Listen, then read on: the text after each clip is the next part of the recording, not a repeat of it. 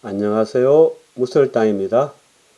무설땅에 참나 공부방에 오신 것을 환영합니다. 참나를 되찾아서 행복한 삶을 사시기를 진심으로 기원합니다. 이 영상에서는 진성연기에 대해 말씀드리고자 합니다.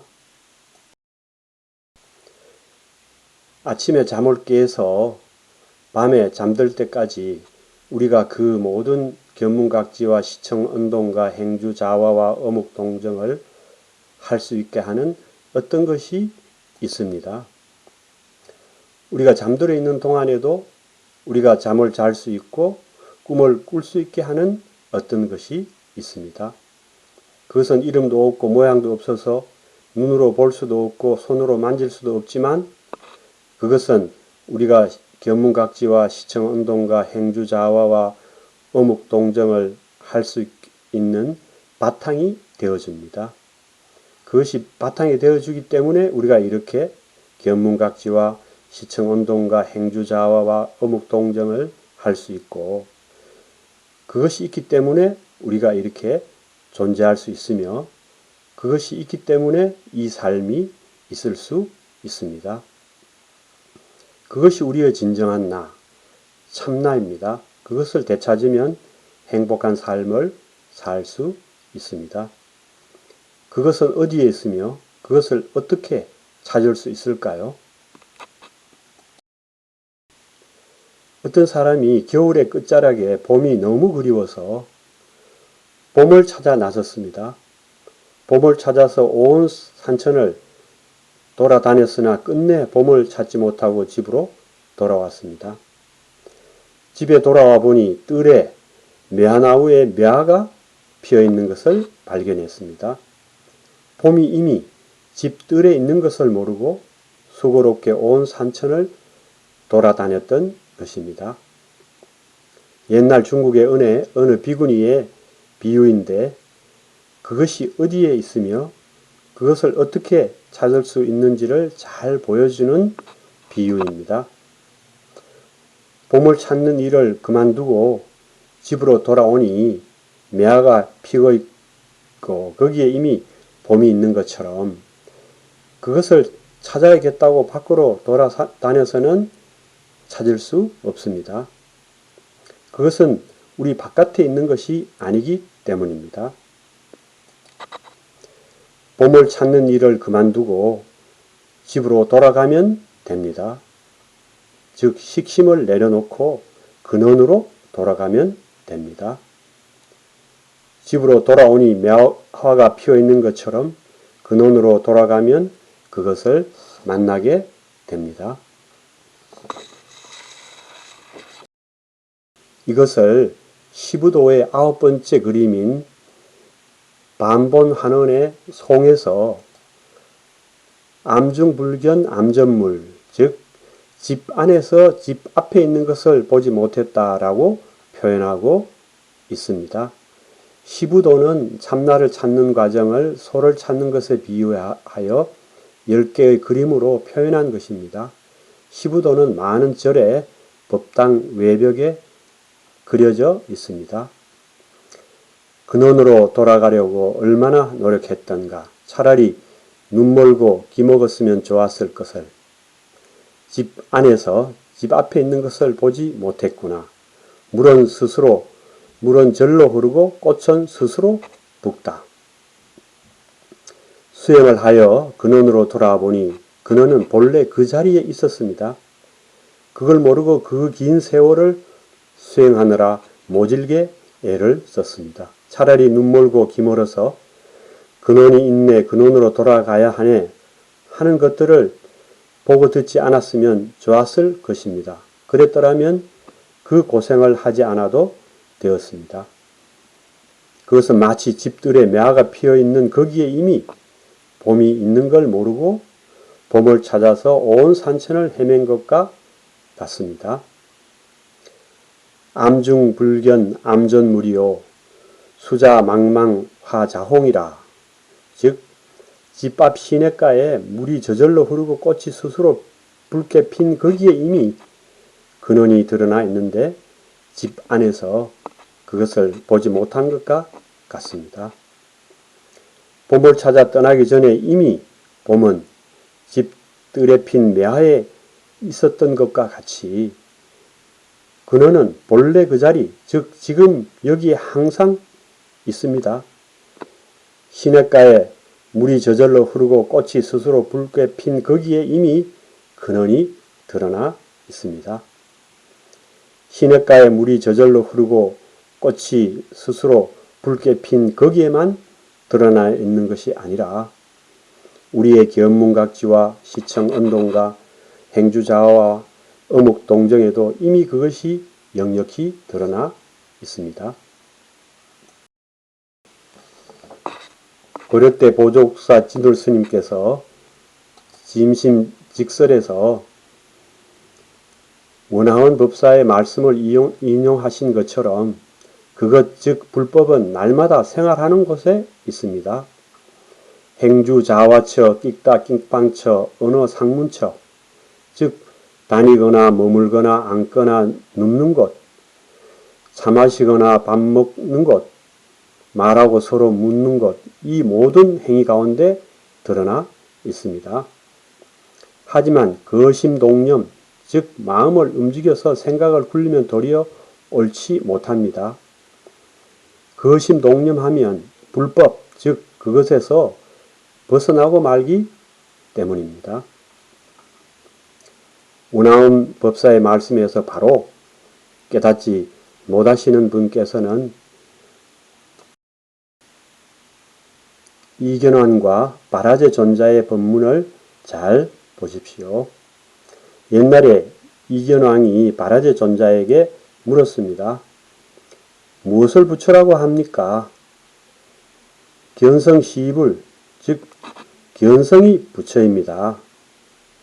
스님은 견성했습니까? 나는 불성을 보았습니다. 그 불성은 어디에 있습니까? 성제 작용, 즉 불성은 작용하는 데 있습니다. 그것은 어떤 작용이기에 나는 지금 보지 못합니까? 지금도 나타나서 작용하고 있습니다만 왕께서 스스로 보지 못할 뿐입니다. 나에게도 그것이 있습니까? 만약 왕께서 작용하고 있다면 불성 아닌 것이 없지만 왕께서 만약 작용하지 않는다면 그것을 보기 어렵습니다. 만약 작용할 때는 몇 곳에서 나타납니까? 나타날 때는 8가지로 나타납니다. 그 나타난 8가지를 나를 위해 설명해 주십시오. 태안에 있으면 몸이라 하고 세상에 나오면 사람이라고 하며 눈에 있으면 본다고 하고 귀에 있으면 듣는다고 하며 코에 있으면 냄새 맡는다고 하고 혀에 있으면 말한다고 하며 손에 있으면 붙잡는다고 하고 발에 있으면 걷는다고 합니다. 우리가 이렇게 견문각지와 시청언동과 행주자화와 어묵동정을 할 수 있고 우리가 이렇게 존재할 수 있게 하는 그것에 대해서 불교에서는 근원이다, 본성이다, 성품이다, 진성이다, 마음이다, 진심, 참마음이다, 일심이다, 법성이다, 불성이다, 부처다, 한물건이다 등등 여러 가지 이름을 붙인다는 것을 앞에서 논의하였습니다. 바라제 존자는 불성이라는 이름을 사용하였습니다. 바라제 존자의 말씀처럼 불성은 우리가 눈으로 보는데 역력히 드러나 있고 귀로 듣는데 그것이 역력히 드러납니다. 코로 냄새 맡는데도 역력히 드러나고 혀로 말하는데도 역력히 드러납니다. 손으로 붙잡는데도 역력히 드러나고 발로 걷는데도 역력히 드러납니다. 그것은 결코 저 멀리 별나라에 있는 것이 아닙니다. 그러므로 그것을 찾으려고 밖으로 멀리 돌아다닐 필요가 없습니다. 그것을 찾으려고 히말라야 설산으로 갈 필요도 없고 깊은 산속 토굴로 들어갈 필요도 없습니다. 그것을 자기 밖에서 찾는 것은 봄을 찾아서 수고로이 산천을 헤매는 것과 다를 바 없습니다. 바라제 존자의 말씀처럼 그것 즉 불성은 우리가 눈으로 볼 때는 봄으로 드러나고 귀로 들을 때는 들음으로 드러나며 코로 냄새 맡을 때는 냄새 맡음으로 드러나고 혀로 말할 때는 말로 드러나고 손으로 붙잡을 때는 붙잡음으로 드러나고 발로 걸을 때는 걸음으로 드러납니다. 그러니 그것은 굳이 찾고 말고 할 것도 없습니다. 매일 매순간 지금 여기에 드러나는데 그것을 다른 곳에 가서 찾을 일이 어디에 있겠습니까? 매일 매순간 지금 여기에 드러나고 있으니 그것은 보지 않을래야 보지 않을 수 없습니다. 그러므로 지금 당장 알아차리면 됩니다. 알려면 당장 알리리요. 고기만 까맣게 해도 어긋납니다. 중국 당나라 때 천황 스님께서 말씀하신 대로 보려면 당장 봐야 할 것이요 이리저리 망설이면 어긋납니다. 그래서 옛 선사들이 도를 깨닫는 것은 세수하다가 코 만지는 것보다도 쉽다고 하신 것입니다.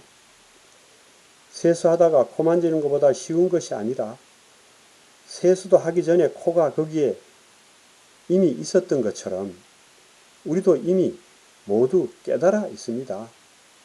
그것을 모를 뿐입니다. 집들에 이미 매화가 피어 있는데 봄을 찾으러 온 산천을 헤매는 것과 같습니다. 이와 같이 우리의 견문각지와 시청언동과 행주자화와 어묵, 동정은 모두 근원, 성품, 불성, 본성, 진성이 드러나는 것, 즉 성품의 작용인데 우리는 나가 한다고 굳게 믿습니다. 나가 견문각지와 시청언동과 행주자와 어묵동정의 주체라고 생각합니다.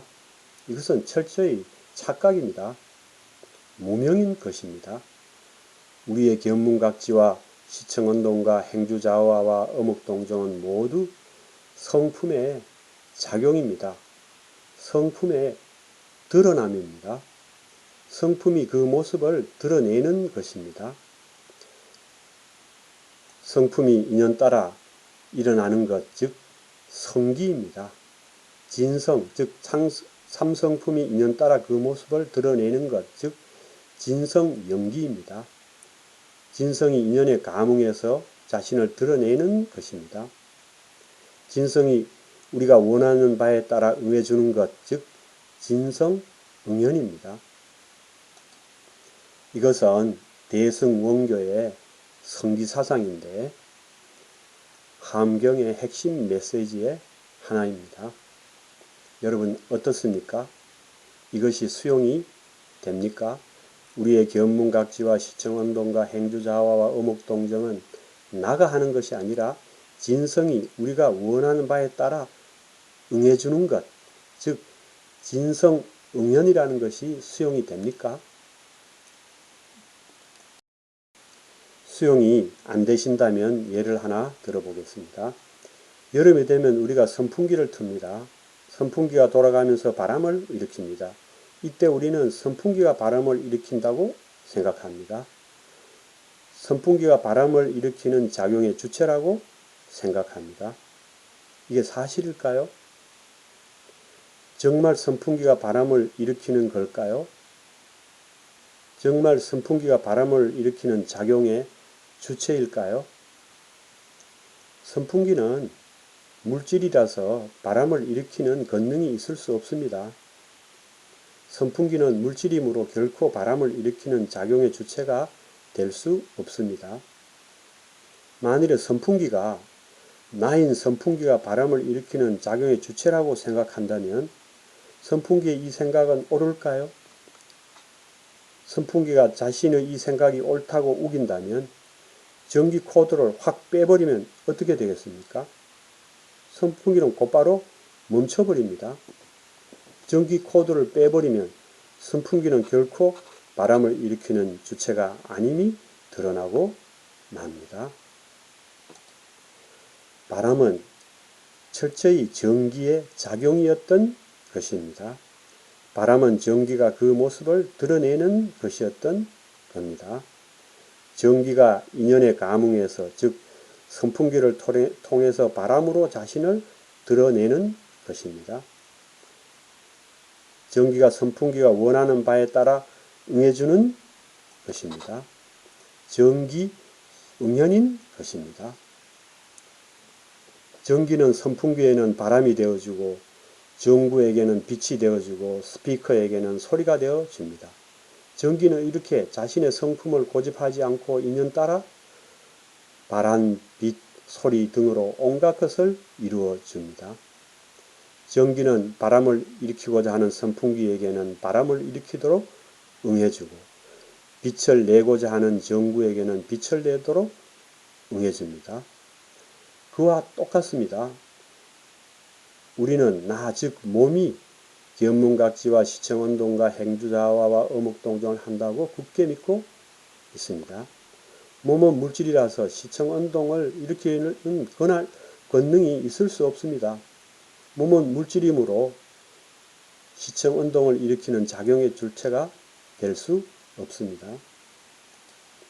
우리의 시청운동, 즉 보고 듣고 말하고 움직이면 철저히 진성이 인연 따라 몸을 통해서 그 모습을 드러내는 것입니다. 불변수연, 즉 불변의 진성이 인연을 따르는 것입니다. 우리의 시청운동은 진성이 우리가 원하는 바에 따라 응해주는 것입니다. 진성 응연인 것입니다. 진성은 우리가 보고자 할 때는 볼 수 있도록 응해주고, 진성은 우리가 듣고자 할 때는 들을 수 있도록 응해줍니다. 그런데도 여전히 몸인 나가 시청운동을 일으키는 작용의 주체라고 고집한다면 전기 코드를 확 빼버리듯이 진성을 확 빼버리면 어떻게 되겠습니까? 몸은 곧바로 시청운동을 멈춰버립니다. 시체처럼 말입니다. 누워있는 시체들을 보십시오. 몸은 멀쩡한데 전혀 시청운동하지 못합니다. 전기 코드가 빠지듯이 진성이 빠져버렸기 때문입니다. 생명이 없어졌기 때문입니다. 어떤 측면에서 보면 진성은 생명이라고 할 수 있습니다. 시체는 생명이 빠져버렸습니다. 그래서 생명의 작용이 없습니다. 진성, 즉 우리의 참나는 무한한 생명입니다. 말 그대로 무량수, 무한한 생명입니다. 그러므로 진성연기는 무한한 생명의 자체 구현이라고 할 수 있습니다. 우리의 견문각지와 시청운동과 행주자화와 어묵동정은 철저히 나가 하는 것이 아니라 무한한 생명의 자체 구현인 것입니다. 무한한 생명이 그 자신을 드러내는 것입니다. 우리의 견문각지와 시청운동과 행주자화와 어묵동정, 즉 우리의 일상삶은 이렇게 진성이 우리가 원하는 바에 따라 응해주는 것, 즉 진성응연입니다. 참나가 나가 원하는 바에 따라 응해주는 것입니다. 이것은 마치 전기가 선풍기가 원하는 바에 따라 응해주는 것과 같습니다. 이것을 몸인 나의 입장에서 본다면 진성을 자유자재하게 쓰며 사는 것입니다. 선풍기가 전기를 자유자재하게 쓰면서 바람을 일으킨 것과 같습니다. 우리가 전혀 모르고 있었지만 우리는 이미 매일 매순간 진성을 자유자재하게 쓰면서 살고 있습니다. 삶이란 원래 이런 것입니다. 지혜로운 삶이란 나가 작용의 주체라는 착각을 버리고 순간순간 상황에 알맞게 진성을 자유자재하게 쓰면서 걸림없이 사는 것입니다. 이것은 끊임없이 솟아나는 샘물을 마음껏 퍼서 쓰는 것과 같습니다. 샘물을 마음껏 퍼서 목마를 때는 목을 축이고 더울 때는 세수도 하고 배고플 때는 밥도 해먹고 설거지도 하고 꽃밭에 물도 주듯이 말입니다.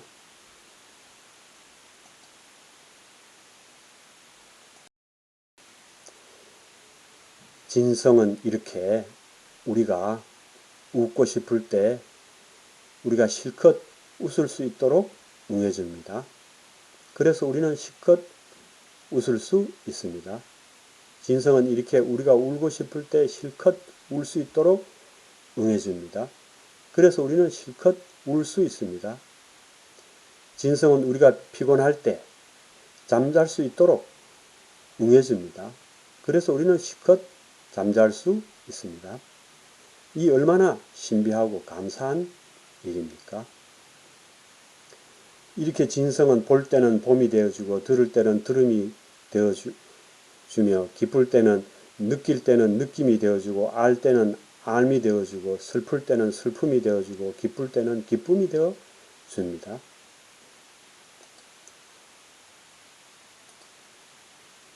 신라시대 때 의상대사께서 법성계에서 말씀하신 것처럼 진성심심 극미묘하여 불수자연 수연성이라 즉 진성은 참으로 미묘하여 자신의 성품에 갇혀있지 않고 볼 때는 봄으로 들을 때는 들음으로 슬플 때는 슬픔으로 기쁠 때는 기쁨으로 이렇게 인연따라 온갖 것을 다 이루어 줍니다.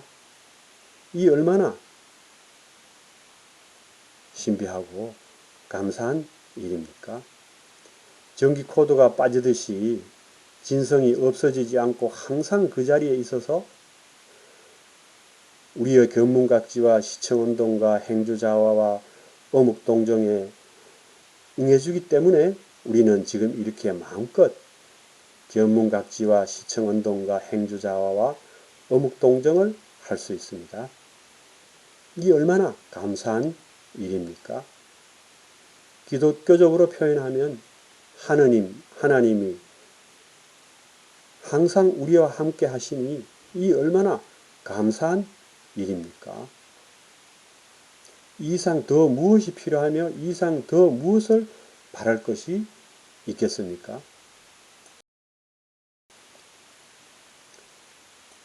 그러니 배고프면 밥 먹고 피곤하면 잠자고 기쁜 사람에게는 같이 기뻐해주고 슬픈 사람에게는 같이 슬퍼해주고 그렇게 순간순간 진성을 자유자재하게 쓰면서 살면 됩니다. 그뿐입니다. 이 이상 무엇이 더 있겠습니까?